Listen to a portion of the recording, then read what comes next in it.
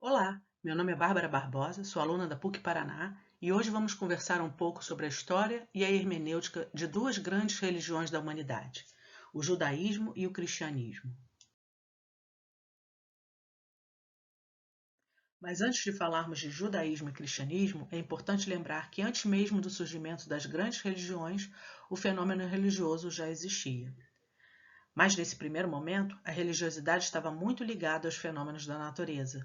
Buscando melhores condições de sobrevivência, os homens buscavam atrair o bem e afastar o mal, cultuando um grande número de divindades. Com o desenvolvimento das civilizações e a formação dos grandes impérios, surge o monoteísmo, ou seja, a crença em um único Deus. Atualmente existem três grandes religiões monoteístas: o judaísmo, o cristianismo e o islamismo. Agora, vamos conhecer um pouco do judaísmo.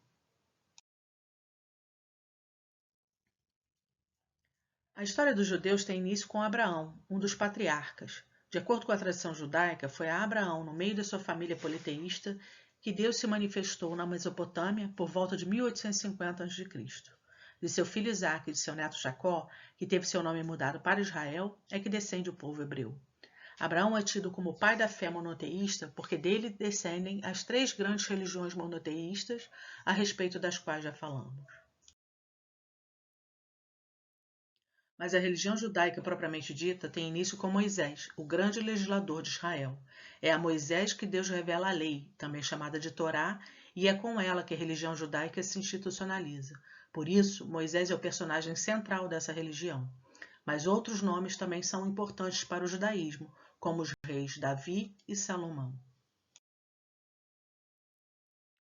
Alguns fatos históricos são importantes na história de Israel, como a libertação do Egito e a conquista de Canaã, mas são igualmente importantes os cativeiros assírio e babilônico. Levados como cativos, os judeus passaram 70 anos na Babilônia, sendo posteriormente autorizados a regressar. Uma nova destruição de Jerusalém acontece no ano 70 d.C. pelos romanos, e em seguida, no ano 130, os judeus são expulsos da Palestina e para lá só retornam após 1948, quando é formado o Estado de Israel. A divindade dos judeus é chamada de Javé, ou seja, aquele que é. Para os judeus, Javé é o único e verdadeiro Deus, que não pode ser representado por imagens. Os demais são meras criações humanas. Uma característica desse Deus é que ele é um Deus pessoal e relacional, que se relaciona de forma específica com cada ser humano e que faz alianças com o seu povo. O principal texto sagrado dos judeus é a Torá, que significa instrução. Para uma parte do judaísmo, são os primeiros 5 livros do Antigo Testamento, mas para outra parte, é composta por todo o Antigo Testamento. O Talmud também é um livro importante para o judaísmo, assim como o Midrash, a Mishnah, a Haggadah e a Halaká. O calendário judaico é repleto de celebrações, dentre as quais destacamos o Shabat, o sábado, que é o dia do descanso, o Yom Kippur, que é o dia da expiação, e a Páscoa, que comemora a saída do povo de Israel do Egito. Eis aqui um resumo dos principais fatos e personagens do judaísmo. Agora vamos conhecer um pouco mais da história do cristianismo. O cristianismo surge na Palestina sob domínio romano, dentro do contexto monoteísta judaico. Jesus nasce na época do imperador Augusto, mas começa seu ministério na época do imperador Tibério César. Mas é importante destacar que o judaísmo nessa época não era um bloco monolítico. Havia um judaísmo plural, composto por diversos grupos, fariseus, saduceus, zelotes, essênios, grupos apocalípticos, entre outros. Jesus é o principal personagem do cristianismo. Entretanto, para muitos autores, essa religião não nasce com Jesus, mas com seus discípulos que vão propagar seus ensinamentos.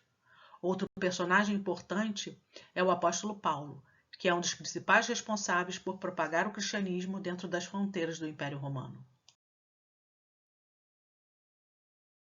É importante ressaltar que o cristianismo passa por diferentes fases na história, com diferentes ênfases. Nessa primeira fase, chamada de cristianismo primitivo, a pregação do evangelho se espalha pelo Império Romano e há choques entre os judeus cristãos e os novos convertidos.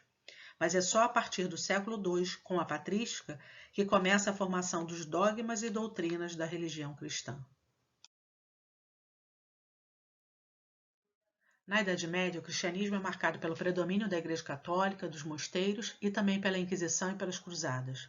Na modernidade, com a Reforma, surgem as religiões protestantes. Atualmente, o cristianismo foi impulsionado pelo Concílio Vaticano II e também pelo movimento ecumênico.